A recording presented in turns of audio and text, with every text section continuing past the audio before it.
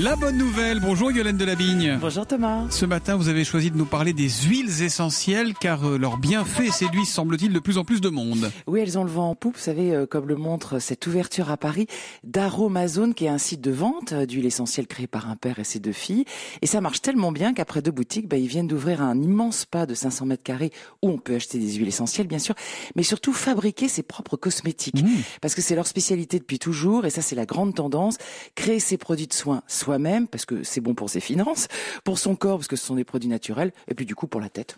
Ah bah évidemment, c'est vrai que ces soins dits alternatifs, Yolande, sont pris de plus en plus au sérieux, même par les médecins d'ailleurs. Mais les huiles essentielles permettent aussi de traiter des maladies ou pas, où il faut se calmer? Justement, on découvre en fait leur étonnant pouvoir. Par exemple, il y a une étude de l'université Tarbiat Modarres en Iran qui montre que l'huile essentielle de thym est très efficace contre la fameuse bactérie du staphylocoque, vous savez, qui est responsable de nombreuses infections épouvantables chez l'homme ou l'animal.